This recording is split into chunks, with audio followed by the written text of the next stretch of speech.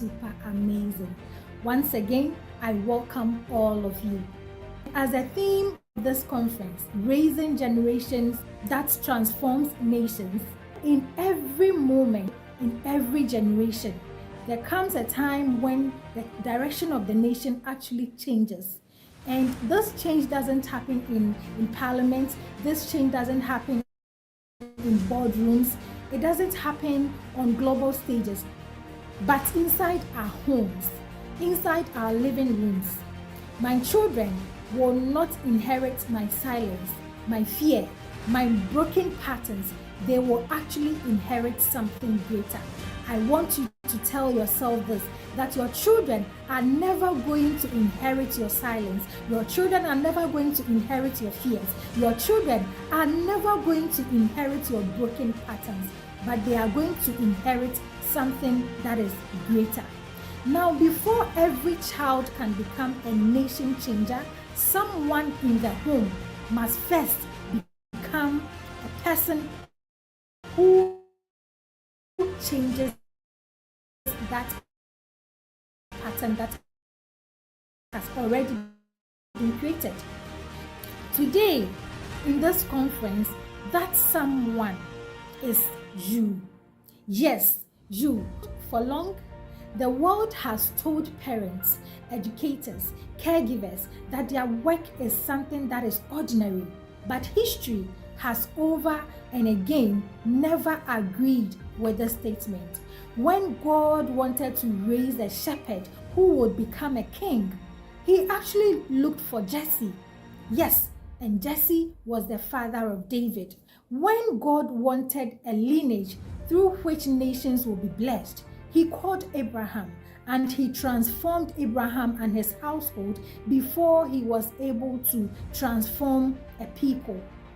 When destiny rested upon one young boy named Jesus, yes, Jesus, God entrusted him to Mary and Joseph, a family, and that is a home. That is a home. God does not start national transformation with thrones. He starts with homes. We stand in a very critical moment in history. Our children are growing up in a world that is louder, in a world that is faster, in a world that is actually confusing. They are very, very, very confused. Information, there are so much out there that is shaping them. The screens are influencing them. The culture is actually influencing them. The culture is calling for the attention that is louder than culture. A presence that is more powerful than the screens. A foundation that is more enduring than the trends. That is your voice. That is your guidance. That is your values. That is your faith, your consistency, your healing, your examples. What are you modeling? This is the Parents Conference 2025. And this gathering is actually created for parents, for educators, for caregivers, anyone who works with children, who refuses to believe that children need to be raised on autopilot. This is a space for those who understand that raising children is not just a responsibility, but rather it's a calling, it's a mantle, it's a generational assignment, because the next generation does not just need adults, no, they need leaders. The next generation needs guidance. The next generation needs people who are going to protect them. They need models of strength, empathy, integrity, and a proud member of the Pik-Ina tribe. I was privileged to be part of the few who decided to enroll in this program. I heard about it during the Maiden Parents Conference of the Pik Academy. At the end of the conference, after gaining so much knowledge on parenting, when the Pik-Ina tribe was introduced, I told myself that I would definitely want to be part of this. And so I was ready to do whatever it took to be part of it. And in fact, what was required to be part of it was just chicken change, because the experience in the is worth millions and millions and billions of cedis. I am not exaggerating. The Inner Tribe has been a blessing to me and to my family. It is a place where parents are urged on to raise and nurture responsible children who will grow up to transform generations.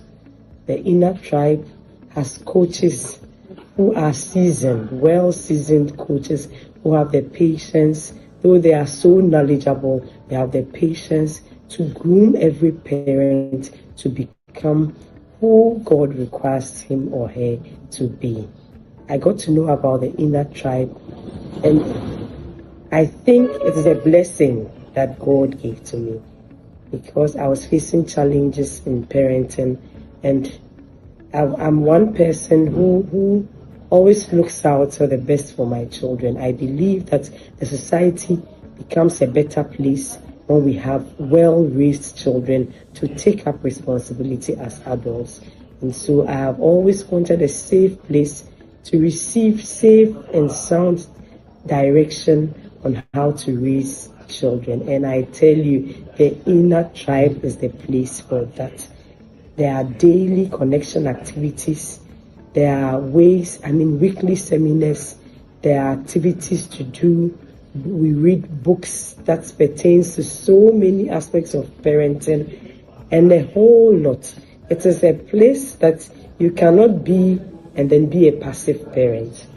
My life has changed simply because I became a triber, and I will not trade that for anything. Any opportunity I have to enroll again as a triber, I will be the first to be there, because the experience there is life-changing. I urge every parent here to enroll as an Inner Tribe member, to receive sound direction, to be helped, to be supported. We have coaches who go all out. They are ready available to help us tackle any problem we face as parents. We are not only trained in the area of child upbringing, but even as parents, we are also trained to imbibe discipline, to focus on our parenting journey, financial prudence, every other aspect that is required to be the parent that you are expected to be. It is taught in the Inner Tribe. We are not done yet, but the way things are going in there, it even shapes you as a wife, as a career woman, as a manager, wherever you are. As you enroll in the Inner Tribe, you realize that you receive wisdom, you receive tutelage to enable you perform better in any area of your life. In less than 1 year of enrolling in the Inner Tribe, the transformation I see in my children and even in myself is tremendous. It is incredible. I realize that my children now follow the routines that we have set together as a family. My parenting journey has become much easier. And then I have now come to agree that, in fact, a lot of the things we go through as parents is simply because we ourselves are not ready. We are not trained for the parenting journey, and we only vent our anger on the children. And so, kind courtesy the Inner Tribe, my home is now a no caning, no spanking, no yelling zone. And meanwhile, everything works as planned. We did not get there in a day. We had daily connection activities that, in my estimation, I do not know where we're heading towards with those connection activities. But as they all came together, I now came to understand the saying of our coaches always, that once you are well connected to your child, whatever you say, whatever you ask them to do, they do it with ease. It is very true. The experience in the Inner Tribe cannot be talked about in a few minutes. You need to experience it to understand what we are talking about. It is a place to be. I would urge every parent, no matter the sacrifice it will take to be part of this inner tribe.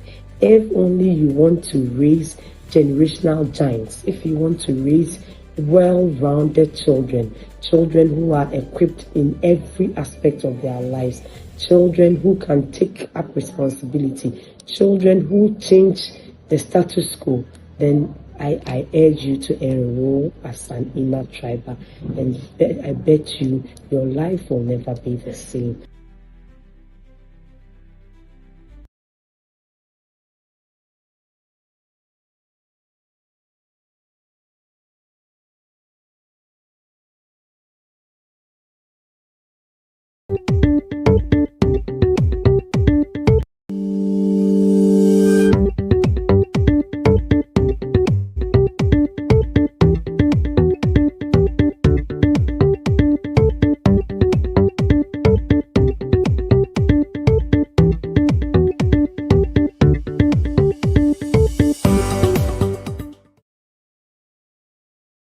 Not rise above the emotional, spiritual, and moral health of his home. Yes, we are live, we are live, we are live, we are live. Hello, everyone. Good morning to you all. I welcome you to the Parents Conference 2025 of the PIC Parent Academy. If you are new here, PIC means Positive Intentional Conscious Parenting. My name is Ekia Safo, and I am the founder of the PIC Parent Academy, where we give parents practical strategies to be able to raise wholesome and responsible children. I welcome all of you here. If you haven't shared the link, you can still share with other parents, teachers, anyone who works with children, so that they will be able to join and also learn. How was yesterday? In one sentence, just give me a sentence. How did yesterday go for you? What did you learn? What changes are you beginning to make in your home so that you can really raise your child well? Let me see your comments in the comment section. How did yesterday go? If you haven't invited anyone, kindly send the link to other parents so that they can also join us. Let me see your comments. How did yesterday go? Let me see your comments. How did yesterday go for you? Okay, welcome, Coach Ikiasaf. Oh, thank you so much. Thank you so much, Bethel. I see you. Thank you so much. So how did yesterday go? I'm still waiting for the comments. I want to see how yesterday went for all of us. We learned a lot. For me, I learned a lot. Let me see the comments. The comments, insightful for me, okay? Insightful. The first session by...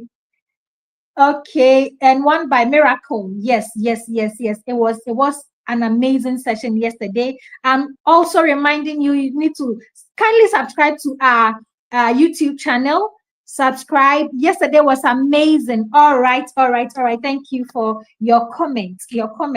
Don't forget to subscribe to our channel and also share to other parents. We need to hear these messages. We need to hear them so that we can raise a whole new generation. As a theme of this conference, raising a generation that transforms nations. We need to raise a whole new generation so that we can change Africa. We can change the narrative in Africa.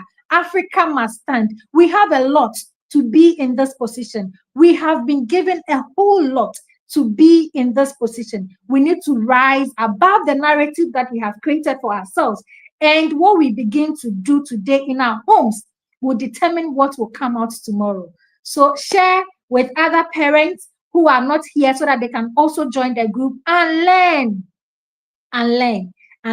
Thank you so much for joining. We are getting ready for our first session today by our dear speaker, Amina Ismail. We will be introducing her very soon so that we will kick off with our session today. I hope you are ready. If you don't have your pen, your book with you to take notes, kindly go and get them so that you'll be able to take notes, because don't just sit and just listen.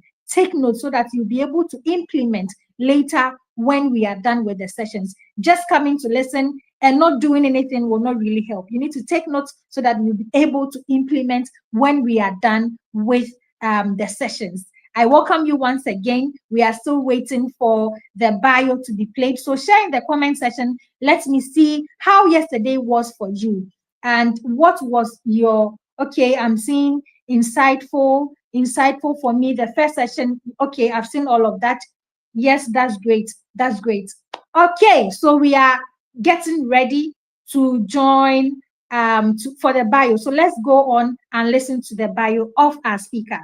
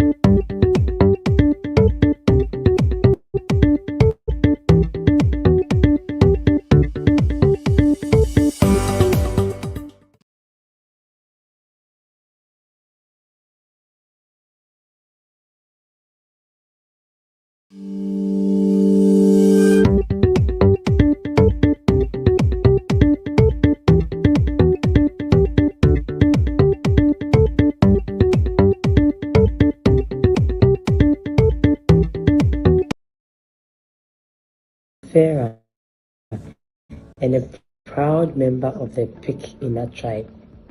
I was privileged to be part of the few who decided to enroll in this program.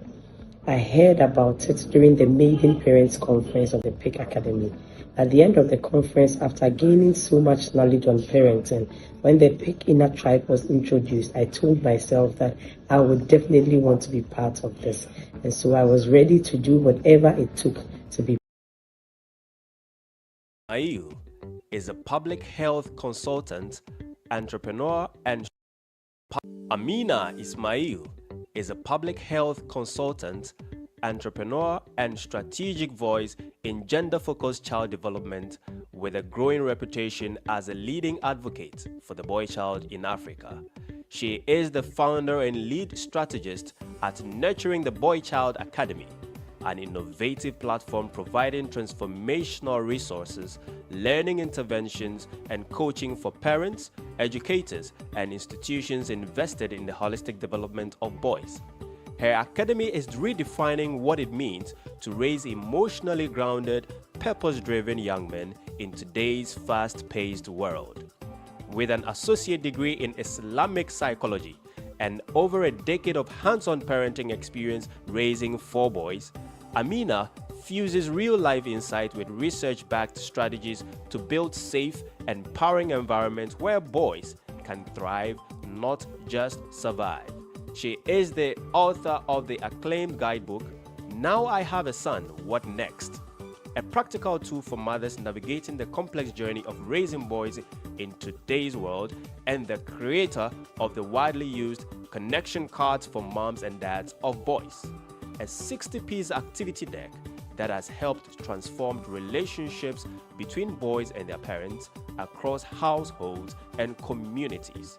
Amina also brings her expertise into the field of maternal mental health, where she is passionate about leveraging digital health technologies to improve emotional wellness outcomes for vulnerable women. Her research and interventions in this space are gaining recognition for their innovative and impactful approach. Whether she is delivering keynote presentations, designing family-centered solutions, or engaging thought leaders on parenting and development, Amina remains a credible voice and visionary leader committed to reshaping the future one boy at a time. When she is not working, you'll likely find her experimenting with recipes and baking irresistible banana bread and cakes for friends and family. Ladies and gentlemen, Pik parents, let's welcome on stage Mrs. Amina Ismail.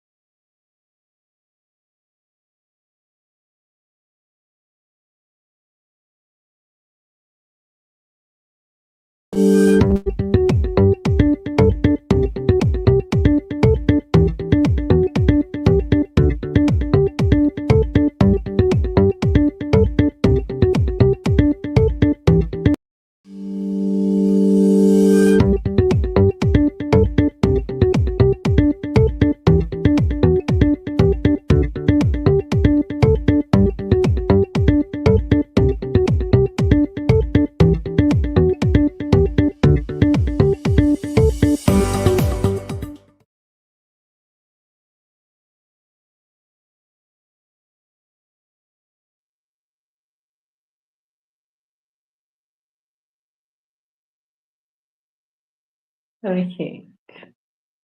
Hello, everyone. Good morning, good afternoon, good evening, wherever it is you're joining us from.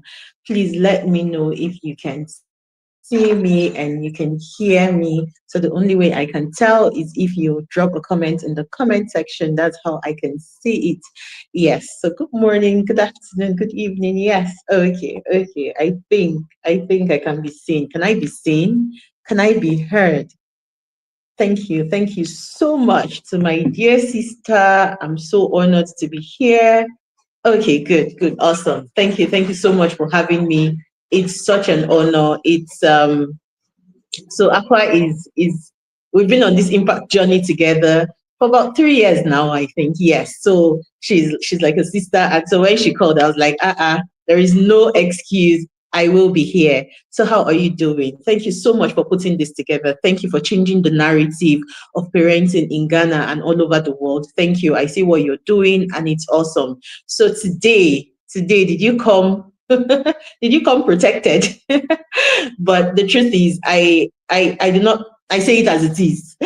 There are no filters, nothing. I just say it as it is. And honestly, when it comes to the boy child, we've gotten to the stage where we should be saying it as it is. We've gotten to the stage where we need to be honest about what is going on with our sons, what is going on with our men, and how we can show up differently for them. So yes, basically for me, okay, I don't know. I'm supposed to have slides showing somewhere. So can the team please put up the slides? Yeah, so we can run through really fast. But I want to know, let me know if I have moms of boys in the house or dads of boys in the house. Please, if you have sons, please put it in the comment section. Let's meet there. Let us let us gather together for a selfie. Let us say it as it is. How it's not the easiest thing, but at the same time, it can be the biggest blessing. It is for me. I don't even know what it is not to have boys. Like whenever my eyes just pick up boys wherever it is I am, I just see boys because it's been a journey. It's been a journey coming from a place where I grew up with a house with 5 girls. Yes, it was just the really last one who was a boy. And so I had no idea, what growing up with boys would be like. And because the last one, because he was in the midst of girls, it was just easy for him to blend into that. So like now, I now got blessed with 4 sons. So it hit me. It hit me. I was like, what's going on? What's happening everywhere? But with time, it wasn't just with time. Honestly, I got to the point where I knew I had to do something differently. It's not parenting. We'll get it now, but no, it was different. When God wants you to grow, he puts you in a situation that makes you very uncomfortable. And then that was it. That was where I found myself and I had to start learning because why can't I deal with all of this energy? What's going on? You're flying on the walls, you're jumping here, you're flying there, and you're not even listening when I say calm down. And so it was not easy, but I started to learn. And as I started to learn, it opened my eyes to a world, an entirely, different world I didn't even know existed. When they say that your bedroom is too small to raise a child, that was me. So I had very awesome parents and all of that, but there was so much happening outside our home that I didn't know about, So basically it was God wanted me to stand up because if you're going to function, how do you function in a world you don't understand? So this is my call. Whatever it is I'm going to be saying today, don't just say, oh, she's saying it just about herself. Just personalize it and take it and run. Okay, this is what you need to do now. So that was it for me. I needed to learn. And then I started to see how, okay, so understand it wasn't now about just the boy child. It was about what's going on with men. It was now like, okay, it's like there's this silent war, gender war between men and women, which I never knew. Like I've never known that there was anything like that existed. There was this thing about mothers and sons and the men of today, how they still are tied to their mothers. It was just a whole new world. And then I said, okay, this was what God wanted you to do. This was why God gave you this assignment to go on.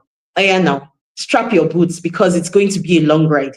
And I know that there's so much that has gone wrong. We didn't get here overnight. So we're not going to leave overnight. but we need more voices. We need to be able to say it as it is. We need more voices to be able to back this narrative that says we need to change the way we're raising men, raising boys. We need to change the way boys are being raised. So without further ado, I'm just going to go. The topic is the making of men, guiding boys to purpose, discipline, and character. As if, it was like this topic was just curated for me, because one of the things I'm going to take you through a tiny visualization process and ask you, when you think about your sons, what do you think? What comes to your mind? I'm speaking 10, 15 years from now. What comes to mind for you? What do you see? Where do you see him? What do you see? And for me, it was just constantly having that thought in my head, constantly having it. And that was what made me say, okay, stand up and work. Because with all of these dreams, it will not come to fruition till I actually do the work. And for me, character is big. Maybe because we grew up in a home where, we literally were, we were groomed to be empathetic, to be compassionate, to love sharing. Like it was the best thing. And then I go around and I see that this is not something that it comes to everybody naturally. So can you see how there is work to do? Whatever it is you want, you need to be that thing, and then you need to teach your children very intentionally. And so when it comes to character, when it comes to discipline, it is something I'm very, very passionate about, because I see 4 hefty men coming into my house, at different times, at the same time, whenever. And then even wherever it is they have gone, whatever it is they have become, and by God's grace, they will become. And that I pray for that for all your sons too. Whatever it is they have become, whoever it is they have become, when they come in and they come to me, there is this sense of, I am home. There is this sense of humility. This was the place that made me. This was the place that groomed me. So if you're seeing that vision for your son, if you're seeing that is what you want to be able to give him, and I'm not just speaking about your son, like, okay, the ones you gave birth to, biologically now, because the moment you listen to this, they say whatever you listen to, God will hold you account for it. You're here in this room. You're not just listening for listening's sake. You're now going to be an advocate for every boy that you see out there. We just treat them like they're a burden, they're a problem. You will start to see a boy as the work you need to do. What do I need to do to help this boy that I'm staring at right now? So I have 4 biological sons, but I can't even count the number of, what I call them adopted sons I have. Because when I see a boy right now, I do not see the problems. I see what the potential, I see what he can be. I see who he can be. I see the leader he can be. And that pushes me to stand up, because what wishes, they say if wishes were horses, beggars will ride. Wishes do not come true without you putting in the work. So yes, I will take us through the process of, because I always love to start from, where are we? Where are we? And I'm sure you would know that we are not in a very good place now when it comes to, the way boys were being raised and the men that we're dealing with today. Shout out to all of the men that are doing their best every day, showing up in the way that they can. But trust me, there was a disservice that was done to them. There was a disservice that was done to the millennial man today, where he was just told, okay, you'll be strong, be responsible. You're the one that will carry the family name. You're the one that will carry all of the financial burdens of the family. Oh, you're the one that will go to school and all of that. And when you go to school, you're just meant to take care of a family. It was all about money, finances, how much can you bring to the table? But he was not taught how to become a leader, how to become a man. What does it even entail to be a man? Is it just the money? So we reduced men, literally reduced men to only how much can you bring? And I'm not speaking, the fathers reduced them or the mothers reduced them. We both brought these boys up. So the society, which includes you and I, reduced men to how much can you bring? And so a man looks at himself today, and the only thing he thinks, the only way he can really classify how worthy he is how much money he brings to the table. How did we get here? What happened to his identity? What happened to his purpose? But we'll get there. And so we told them, you have to be strong. You have to be a man. We didn't even teach them anything about emotions, how to handle them, how to show up, how to show up even when you don't feel like showing up. And that's why right now, a lot of men are showing up, but they're showing up like their families are a burden. They are showing up like they are doing you a favor by even doing the things that they do. because they haven't even done anything for themselves. Like, we'll get there, we'll get to identity. But can you see, I just want us to paint that picture so we take this seriously. You have a boy in your house, you can't just be looking at him and all you're doing is shouting, screaming, and then you give them screens to keep them quiet because they have a lot of energy. All of that energy was not put in them by mistake. But now we have taken that energy and we say, no, this energy is too much. Now let me give you screens. Oh yeah, sit down. Okay, let's go to what screens are doing to them. Should we go there? Let's go there. So now screens are making them become even more socially awkward than they have ever been. On a normal day, boys do not. So the connection, I'll not take you through the nitty-gritty, like the details, the science details of it. But where, the language center of the brain, for women, there are two language centers, but for the man, it is just one. So can you see how we use a lot of slangs we use in Nigeria palace. So can you see how we as women, we love to talk, we love to gist, we love to tori, we really do love to talk. But men, are not all of them really love to talk or can. Maybe some of them may want to, but they just not. That's because the language center is one. Now, are you going to look at that child and say, because that's just how you are, so you're just going to leave him? When we know that communication is the backbone of every center, everywhere, whether it's the home or it's at work or it's in school. When a boy cannot communicate without, first of all, without raising his fist because he doesn't know how to use his words, can you see that you're doing a disservice to your son? And then we gave them screens which have actually rewired their brain, screens which have actually made them become people who ordinarily, it doesn't come easy. Expressing themselves doesn't come easily to them. Now we have added screens, and those screens have made them become so socially awkward.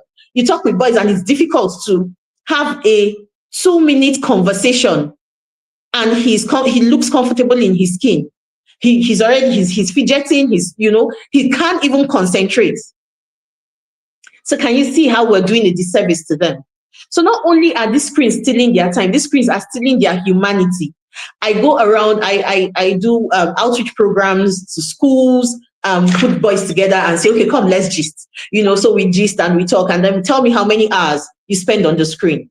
And with pride. So that was it. So for me, I felt like, when would this service stop? Because the different thing, if he's saying it and he's like, I know my parents don't think this is not, as my parents think this is not okay, but I'm still struggling with it. But it is with pride. Like they will sit comfortably and tell you, on Saturdays, that's all they do. I'm talking 6 hours, 8 hours, 10 hours on the screen. Can you see how you're not just stealing his time, you're stealing his humanity? He doesn't even know himself. He doesn't even know those around him. He doesn't even know how to interact with his environment, with the people he's surrounded by. All he knows how to interact with are those game pads, are those control pads. And he's lost in this virtual world that promises them everything and gives them nothing. That promises reward, that gives them instant gratification. They are getting coins. They are getting this, they are getting that. You're moving to the next level. And that makes them feel like they are all that and so much more. But can you translate that into success in real life? And now we've taken it a step further.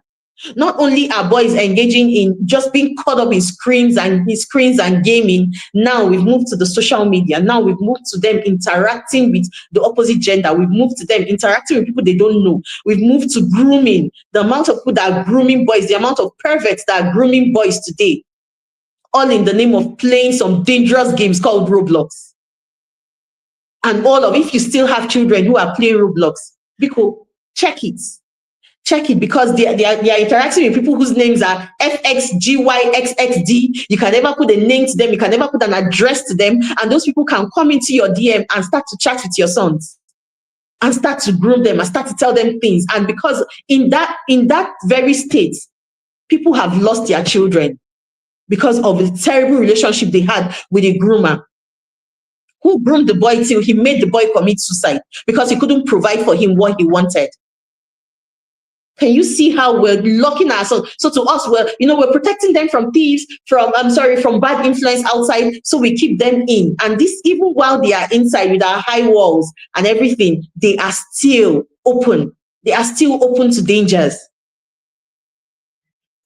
Can you see how much work we need to do? Can you see that our boys are in crisis? Okay, now we have moved further because I interact with a lot of schools. I love so in this part of the world, it was difficult for parents to understand. Like parents are still so far away, and it's the reason we're doing what we're doing and we're not resting. They're so far away, they don't understand, they don't get it. They're like, none of our parents went to parenting academy. What are you saying? Why do I have to go and learn? But now, on the other hand, the schools themselves that spend a lot of time with these boys. There's a way you will, the boys have learned to show up in a certain way at home. They just want to show up either way, whatever, I'm going to school. But when you're with your friends, that's when you see the real character of children generally, and boys too. So their real character comes out when they are with their peers, and so who is with them then? Is it the parents? No, it is the teachers. So educators get it, educators get it on a different level. And so when you go to schools, you hear a whole lot. What these parents don't know is happening to the children, the educators know. And they are in each other's DMs. You see this thing called phone that we give our children? It literally is killing them. And they are in each other's DMs. Now they started to send nudes to each other. They started to play some kind of very funny games with each other. They started viewing pornography. Oh, a lot of boys are doing, they are masturbating. There's so much that is going on that is making a mess of their brains. And I wonder when will we get this? When will these boys recover? Like if they are neck deep into something like this, when, how long will it take for them to come back from this and get back to the right track? So we literally are allowing their lives to just be wasted, even in their teenage. They haven't even tried anything. They are still under our roofs, yet we have failed them over and over and over again. I'm taking time to what's it called? To really, I need for us to immerse ourselves in this crisis, because it's easy for you to say, oh, no, it's not my son. I know what he does. I'm with him from morning till night. I put, Google link. There is this, there's that, a parental control and all that. Well done, ma. Well done, sir. But do you really know your son? Do you provide an enabling environment where he can speak to you, where he can talk to you, where he can just express himself to you, or you're still busy shouting at him up and down? And just because you seize his phone or you don't even give him a phone, you think that is okay. Do you know maybe his friend has a phone? Do you know? Maybe the gate man has a phone. Maybe your house help phone is the one he uses. Maybe it's even an uncle's phone. Oh, I heard there was this one. It was his cousin. He had access to a whole lot of nonsense, and he found it first on his cousin's phone. Can you see how we can't rest? And can you see how we haven't even started working yet?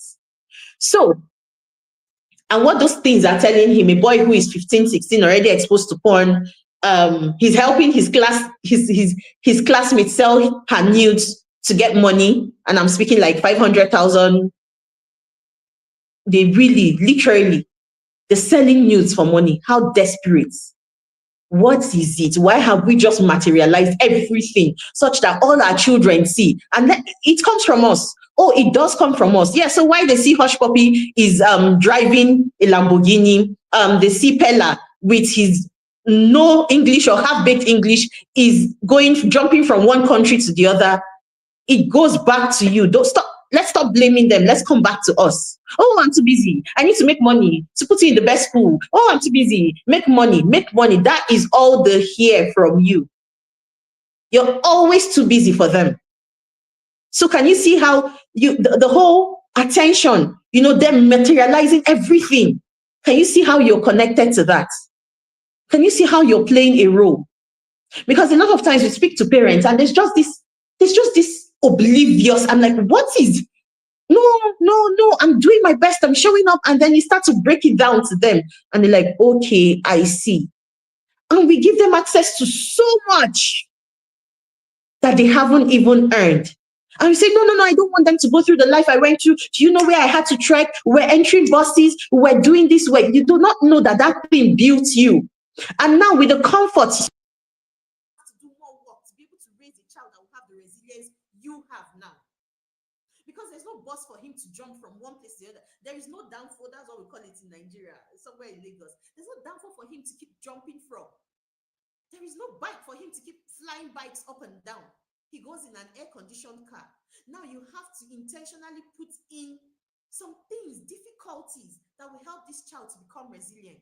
Yes, when he comes home, we don't want him to enter the kitchen. Oh no, my son is too tired. Oh, my daddy, you're too tired. Can I come and help you? What do you need? And we're there, just raising boys. A lot of boys are involved in cyber crimes because it's all about this money and how fast. Because we told them, can you remember what I said in the beginning? We turned men to ATM machines, and they see their fathers. All the fathers want to do is make more money and make more money and make more money. They hardly see their fathers sit down and say, okay, these are the values in our home. This is who we are in this house. This is who your grandfather was. This is who, beyond money, they hear nothing. It's just money, money, money. When they go to TikTok, money, money, money. They branch Instagram, money, money, money. Snapchat is the worst. Please go home and go and check your children's phones. For those of you who give your children's phones, please go and check your children's phones. And if you see Snapchat, because just know that there is work for you to do. And I will bet with almost everything that they are on Snapchat. Nobody does WhatsApp. WhatsApp is for oldies like us. And so with all of this, then when we want to step in, we step in with punishment. Oh, I will deal with you. And a lot of us now will go home. Say, I met that, listen to that coach Amina, and she said that, and so bring your phone. You're on Snapchat, you're grounded. You're grounded. I'm collecting your phone. You're grounded. You're grounded for the next 1 week. I'm not going to give you this phone. Okay. And so what has happened? You've just told him, okay, you're not going to give him the phone, but you've not told him why. But do you even know why yourself? That's why we're telling you, when they say register for parenting courses, register for programs, learn about parenting. It is not what happened 30 years ago when you were a child. You cannot apply those same principles now. Stand up and learn, buy books, read books. Aqua puts up courses. She has a parenting academy. Please join. Please. Where you will learn about how children are thinking today, not children that were born in 1990, not even children that were born in 2000. It keeps changing and we keep evolving. And so you have to be in a place where you're constantly being aware. You're constantly learning. And so we say, oh no, we're going to punish you. We're going to punish you. We're going to deal with you. We're going to seize. You're going to kneel down, stand up, I'll flog you up, and all of those things. So we come that way because we want to raise responsible boys, and then we wield the cane. And then we scold, we shout, we yell constantly, not knowing that we're even breaking those children more. Not knowing that we have not taught anything, because when it comes to discipline, discipline is teaching, discipline is training, discipline is guiding, discipline is not just wielding the cane, discipline is not flogging. Discipline is not criticizing. Discipline is not being judgmental. Mothers, come and sit down here. Let's talk. Because for us, we'll get there, but I just need to bring your attention more here. Because we are the ones with them at home. And I know it gets frustrating, all of the energy, everything, especially when they're getting to that age where they're becoming assertive. And so you say 1, they say 10. And so you're like, hey, now enter manipulation. You know this tummy carried you for how many months? I'm going to deal with you. And then we go on and on and on and on and on. In the end, he didn't learn anything. He just learned that when you're frustrated, that's how you express your frustration. So will you be surprised when he's doing the same thing to his sibling? So we need to model. Discipline says, punishment says you did something wrong. Here are the consequences. I'm going to collect your phone from you. Discipline says, I've just learned something at the parenting conference where I attended, and it has just shown me that we are capable of so much more. You're not going to understand this. It's hard for me. I'm learning myself, but let's go on this journey together. We will need to work on the number of hours you're exposed to this phone. We even need to know, why do you even have the phone in the first place? What are you using it for? Can we put together our mission? What is our aim of having this phone? I'm learning. There's something about accepting that you're not perfect. But there's something about being a parent and just say, bam, I have brought a child to life. I am perfect. There's nothing you can tell me. There is nothing. I am the alpha, the this, the that, the everything. Who told you? Who told you? No, you're not. No, we're all on a journey of learning. No, we're all still learning, especially because there was a lot wrong with our parenting. And some of it was said in one of the sessions yesterday, how she was talking about how the need to heal. They need to heal because we felt like everything went well in our parenting, but it did not. We need to go back. Our parents did the best with what they had, but now we have access to so much more. Can we just become humble and start to do the work and go back to say, okay, this was the gap. This was the gap in my own parents' time. This was, and that is why I am this. That is why till you can do that mapping, till you can actually take pen and paper and write things down and say, okay, yes, I take responsibility now. And I'm not saying you should go and hate your parents because of this. Even God will ask you. No, like I said, they did their best with what they knew how. Now you have access to information. You have access to parenting academies. You have access to parenting books. Because what's your excuse? What's your excuse? You have none at all. So this is why I'm saying we're going to look at the difference between discipline and punishment, because our boys don't need more punishment. I see them. Oh, I was somewhere one day and in trying to correct the child, he just dragged the child like this. Yes, the child was being very saucy and disrespectful, but just dragged the child. And I was like, wow, well done, adults. So that's the best way you can actually show this boy how to build his character. So can you see that even us, and these things, they're happening all around you. They're happening all around you. It might be in your home. It might be in your child's school. It might be in, even sometimes, even in the what's it called? The children's section, teenager section of the church. And interaction between adults and teenagers, it just there's some form of friction. Before you know it, the adult loses steam. He just loses his temper. He gets triggered. You have to heal that inner child of you, inner child inside of you that is hurting. Or else you will bleed on someone who needs guidance, who just needs you, because these ones are bold. We were scared, everything. Mommy is coming. Everybody run under the chairs. These ones don't care. Mommy came, talk. Sorry, we just said we'll do the dishes when we're done playing our game. And they will tell you to your face, and you're like, hey, who could try this with my mother? You will never try this with my mother. Come here. And then you start to hit them. What have you taught them? First of all, you've taught them that there's something wrong with their generation. There's something wrong with them in this generation. That's the first message you've passed to them. And then you see now that there's a war, generation war. And it's a very, very, very, very unwise thing to do. Because every generation comes with its own good and with its own struggles. So can we be humble enough to accept that even we had faults? Yes, there's so much. There are morals that are being lost. But trust me, it didn't start now. It started because even us, we did it out of fear. We didn't understand a lot of why we needed to do these things. And so we are not teaching it to our children. Now we're complaining about them. So when do we want to take responsibility? Is it when these children are old and we were old, and the children, we can't even, we don't have that influence over them anymore? Why all this haughtiness? Why is there so much pride in this thing called parenting? Pride will halt your parenting process. Pride will make a mess of your parenting process. We need to come vulnerable. We need to come respectful, and we need to earn their trust. That's the only time we can influence them. So boys don't need more punishment. They're drowning in consequences they don't understand. They need intentional information. They need you to be intentional. They need discipline in its truest sense, which is guidance and not punishment, which is connecting with them before correcting them, which is knowing their knowing their learning style, knowing their personality, knowing who they are, pouring into them. Do you know how many boys are lacking someone just speaking life into them?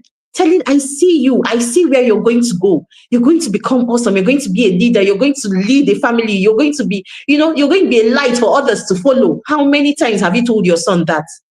So you think tomorrow he just wakes up and he's excited to lead, or he's excited? He will not be excited about anything because he has just struggled through life. He even hates the life, but he can't say it. Even the family, nobody even told him what he needs to do to be able to show up in the way his family wants to. So he's doing, and he's so disconnected. He's so disconnected. So Now, we have to go back to see, what do we need to do? We have really gone deep to say, this is our reality. Now, what do we need to do? What do we need to do? And I'll call it the 3 pillars of manhood, of which it's not like one is without the other. They are all interwoven, right? But these 3 things, trust me, if you do it, if we do it, and it's not going to be easy, especially if you have sons who are older. If you have sons from 5 and below, come, just go and eat chicken when you're done after this class, because whatever it is you're going to be, when they're younger, they're like sponges. They just take in, and it's easy. And I will say it for a fact, because even today, when I constantly thank God, and somehow I feel guilty, for my last 2, especially the last. I started very early with him, where I had already started learning and all of that. But the older ones, I didn't start so early, and the difference is so clear. This boy is grounded. This boy is so solution focused. He is so, even today, something happened to him. He was trying to fill his water bottle, and when he was filling it, the water spilled on him, and it poured on him completely. So he was drenched. This was someone who was just to fill the water bottle, put it in his lunch bag, and go to school. And ordinarily, a child would lose it at that point, and he would just, and start throwing a tantrum, and what's going to happen to me, and all of that. But he just came and like, Mom, what am I going to do now? Okay, I think I have another shirt. Can I go and check it? Okay, wait, Mom, wait. Let me go and get the mop to. He was already going, so he could see that he was just using me as a sounding board. He knew all the things to do, and I didn't even say a word, because I have also gotten to that place where when things happen, as long as there's no fire burning, can we calm down? Yes, he poured water on his body. I could see he was trying to do a good thing. That was the intention. As a child, he will make mistakes. Even as an adult, don't we make mistakes? So when it happened, it almost comes to me naturally now. Almost every time. I will not say every time, because almost sometimes I lose it. But I was not, hey, because when you do that, you destabilize him. So I created a safe environment for him. Nobody was screaming around him, so he could think. And he said, okay, Mama, can I go and change first? Oh no, let me get a mop first. And those are the things he was. So he's so solution focused. I have done something. Now what do we do next? And then we walk through the process together. And then I was now able to tell him, okay, when you're pouring the water, this was the mistake you made. You should do it. But by then he was changed, and his brain was still receptive to the correction. But what we do, we scream. And when we scream, we make them agitated. Their brains are just, it's either they're fighting, or they want to just leave that place, or some of them are just frozen. Why have you made a mistake look like they brought about World War X? Why? Can we see how we're the ones that actually need to reparent ourselves, so we can show up for these boys in a way that, how will you take this boy now? And I'm speaking about, because this is what I would continue to speak good about them, and even the boys who are struggling. This boy now, if his child does something tomorrow, or he's arguing with his wife, or there's a misunderstanding with his wife, do you think he will go raising his voice up and down? Did anybody raise his voices at him? Okay. So there's a lot we need to do. Teaching, discipline is teaching. Discipline is teaching. Discipline is teaching. And so in a state of his being calm, yeah. Okay. You have a few minutes to end your session, unfortunately. Okay. So we're just going to run through our 3 pillars. And so our 3 pillars are, number 1, identity and purpose. There's no class I do with boys. I take them back to who you are.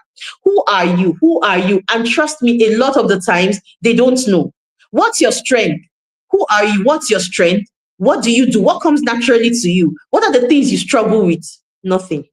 The part where I always get response first is, what's your best meal and what are your hobbies? And that one comes out, no, is PES, is what, is Roblox, is this, is that, that's where you get the answers. That's where you get them. So we need to get boys to sit down and reflect. Who are they? What's their identity? And then what's their purpose? And this purpose doesn't drop on them. It comes by exploration. It comes by experimenting. It comes by dealing with mentors. It comes by dealing with coaches. So when you hear people say, oh, we're doing a program for boys, I beg. I'm still dealing with his grades. Which one is program for boys? There are some things they don't teach in class. So So he needs to hear you say, see, I see your potential. You're very creative. I constantly make comments about boys when I see what they, and they really are indeed very creative. Some of them draw a lot. Some of them learn to, let them hear let that be what they're hearing from you constantly. Now, oh, you're constantly throwing your this here. And then we shout and we make no impact. So you need to expose boys to who they are. Mothers, fathers, there's so much you have to do. There's so much you have to learn. You need to discipline boys. I can sit down and sleep in this discipline, but we've talked about some of it, right? That discipline is guidance. Discipline is teaching. Discipline is not just grounding them for no reason. Discipline is getting a boy to finish what he starts. Discipline is self-control, because a lot of times we're saying, oh, our men they are promiscuous. They can't stick with one. Oh, it's a man's thing to, to have more than, to have side chicks is compulsory. No, it is not. That man was not taught self-control. That man was, so the assignment I'm going to give you today, and I know that this is who I am. I constantly give assignments wherever it is I go, from my boys to now you parents. So go and look at that experiment called the marshmallow experiment and carry it out on your sons. So the marshmallow, right? The marshmallow experiment. It's all about delayed gratification, self-control, and helping a boy to know that you don't have to follow your desires all of the time. And it can come from little things like even eating. It's not you don't have to be so stuffed and always full. And it comes from little things like, okay, we bought this snack, but we're not going to take it till we get home. And you hear there's a tantrum, but by the time you do it today, you do it tomorrow, you do it next tomorrow. That's what you're doing. You're teaching self-control. You're literally equipping him with the skill of self-control. And today is the snack. Tomorrow it will be something else. Tomorrow it will be him saying no to a premarital relationship because he wants to preserve himself for marriage. Can you see how these things are very, very related? So character for me, that's where you find me. But it is very tied to discipline. Character is, who are you when no one is looking?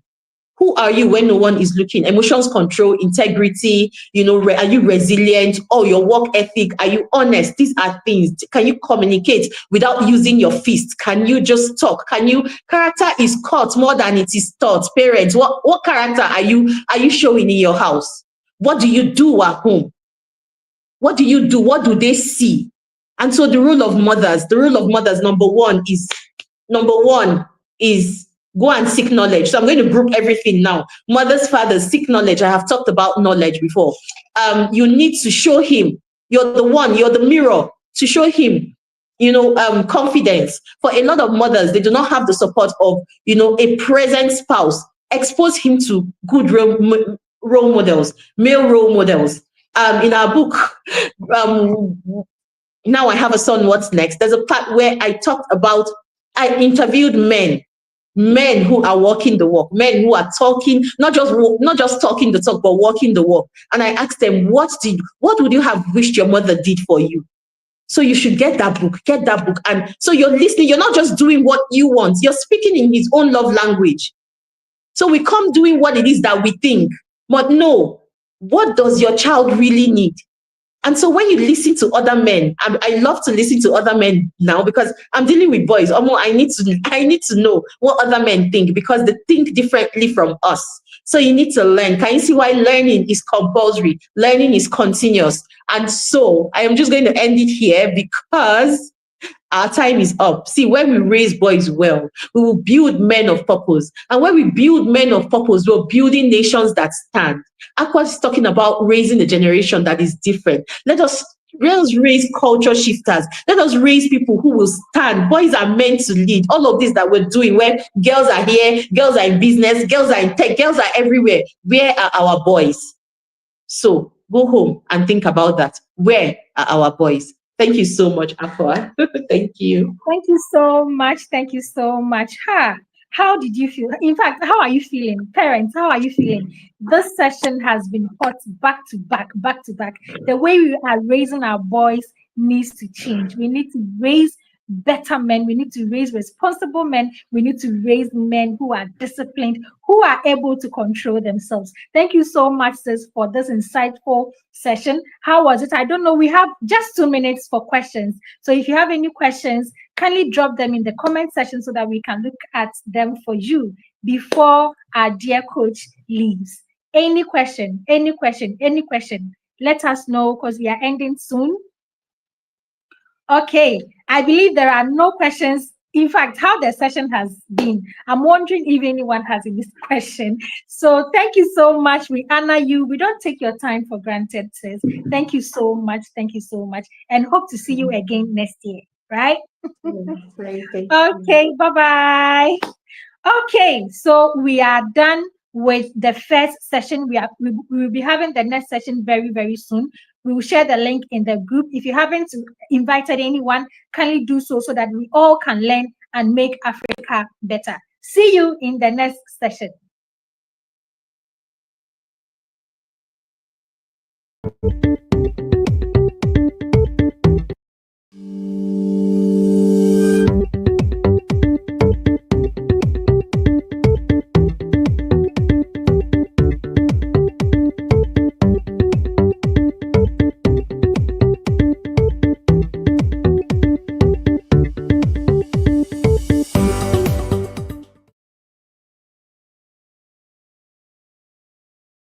Sarah, and a proud member of the Pik-Ina tribe. I was privileged to be part of the few who decided to enroll in this program. I heard about it during the Maiden Parents Conference of the Pik Academy.